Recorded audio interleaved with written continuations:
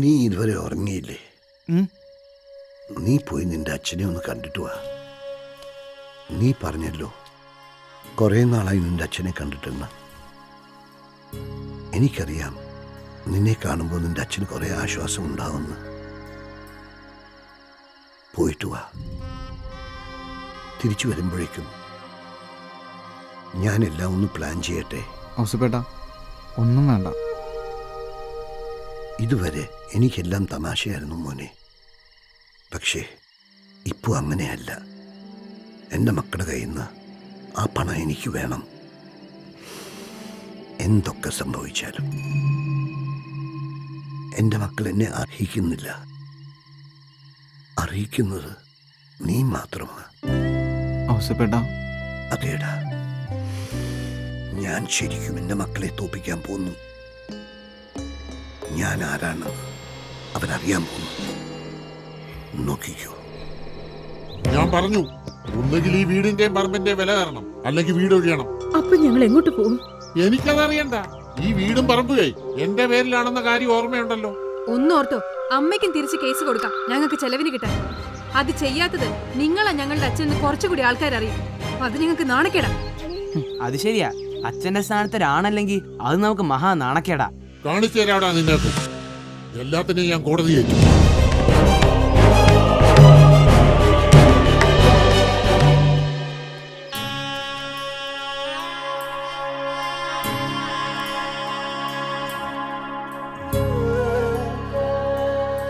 അച്ഛനിനി വേറെന്തെങ്കിലും വേണോ? ഒന്നും വേണ്ട. എല്ലാം എൻ്റെ തെറ്റാ. ഞാൻ നിന്നെ ശ്രദ്ധിച്ചില്ല, പഠിപ്പിച്ചില്ല. എന്തിന് നിന്റെ നേരെ സ്നേഹത്തോടെ ഒന്ന് നോക്കിയത് പോലുമില്ല. ഈ അച്ഛനോട് പൊറുക്കടാ മോനെ. അച്ഛൻ ഇപ്പം അതിനെക്കുറിച്ചൊന്നും ആലോചിക്കണ്ട. ഞാൻ അടുത്ത ആഴ്ച ഇങ്ങോട്ട് വരും. അച്ഛൻ നമ്മുടെ പഴയ വീട്ടിലേക്ക് കൊണ്ടുപോകാൻ.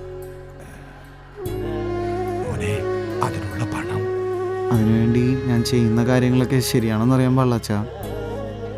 പക്ഷെ അച്ഛനെ പോലെ വേറൊരാൾക്ക് ജയിക്കാൻ വേണ്ടി കൂടിയാ. എല്ലാം ഞാൻ അച്ഛനെ വിളിക്കാൻ വരുമ്പോൾ പറയാം. നീ ഇത് പറഞ്ഞല്ലോ, അത് മതി. ഞാൻ വരും അച്ഛാ, ഞാൻ വരും. പോട്ടെ ഇപ്പോൾ.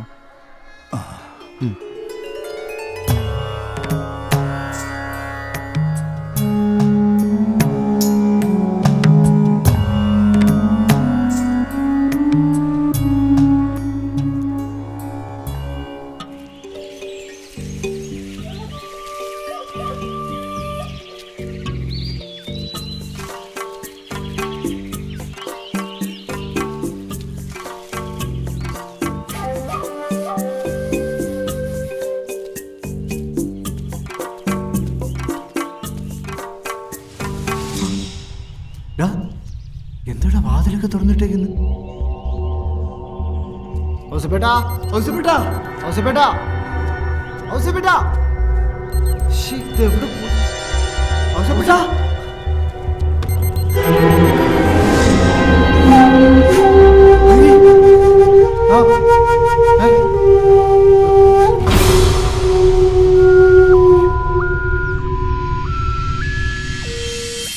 നിങ്ങൾ പറയുന്ന പോലെ അവിടെ ബലപ്രയോഗം നടന്ന ലക്ഷണങ്ങൾ ഉണ്ടായിരിക്കും. ഔസേപ്പേട്ട മിസ്സിംഗും ആയിരിക്കും എന്നും പറഞ്ഞ് ഔസേപ്പേട്ടന് എന്തോ അപകടം പറ്റിയെന്ന് എങ്ങനെ വിശ്വസിക്കും? താനെന്താ ഉദ്ദേശിക്കുന്നത്? ഇതുപോലൊരു സിറ്റുവേഷൻ ഉണ്ടാക്കിയല്ലേ ഔസേപ്പേട്ടൻ ആദ്യം സ്വന്തം വീട്ടിൽ നിന്ന് മുങ്ങിയത്. അന്നേ ഞാൻ നിങ്ങളോട് പറഞ്ഞതാ അയാൾ പാഷാണത്തി കൃമിയാണ്, സൂക്ഷിക്കണമെന്ന്. അതുപോലെ തന്നെ ഇപ്പോഴും അങ്ങേരെ നിങ്ങളുടെ അടുത്ത് നിന്ന് മുങ്ങി.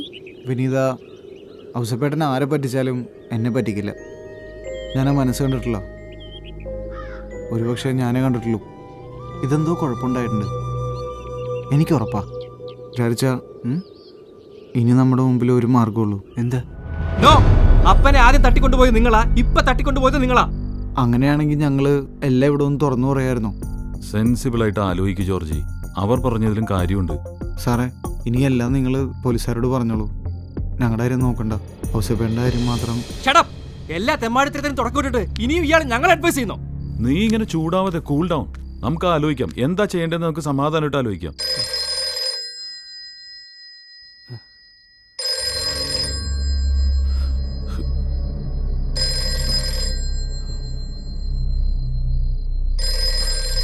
ഫോൺ എടുക്ക.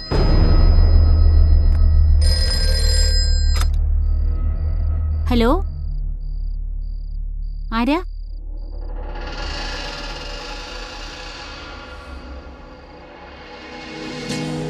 ഹലോ ഹലോ, നിങ്ങൾ ആരാ? Hello hello hello. എന്താ എന്തു പറ്റി? അപ്പച്ചൻ അവരുടെ കസ്റ്റഡിയിലുണ്ടെന്ന്.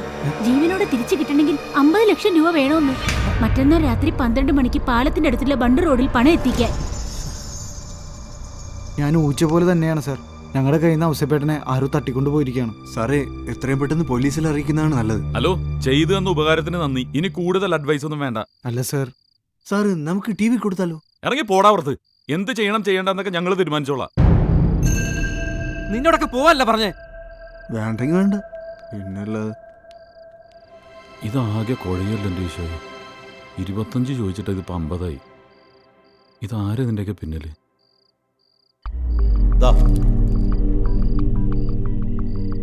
വേണമെങ്കിൽ തിന്നോ.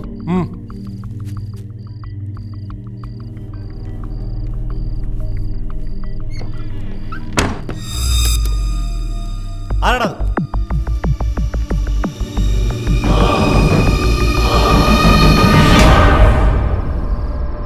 ഞാനാടാ. ആ, സാറായിരുന്നു. അപ്പന് കുഴപ്പമൊന്നുമില്ലല്ലോ? ഇല്ല. പുള്ളിക്ക് സംശയം വല്ലതും ഉണ്ടോ? ഏയ്, ഒരു പിടിയും കിട്ടാതെ പുള്ളി നഷ്ടത്തോണ്ടിരിക്കുക. നിങ്ങൾ അപ്പനെ കയറി പിടിച്ചപ്പോൾ പുള്ളി ഒന്ന് കൊതറി. അതാ ഞാൻ പുറകിൽ നിന്ന് വാകുത്തിയത്. അതിത്തിരി കൂടിപ്പോയി. ചുണ്ടുപൊട്ടി ഇത്രയും ചോര വരുമെന്ന് ഞാൻ പ്രതീക്ഷിച്ചില്ല.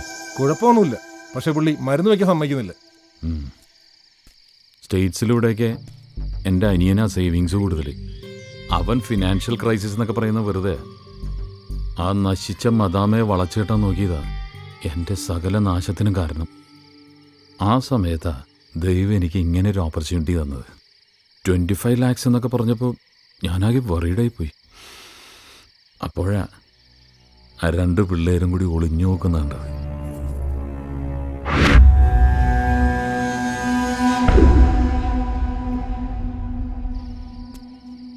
പിന്നെ അവരെ ഫോളോ ചെയ്യാൻ തോന്നിയത് ലക്ക്.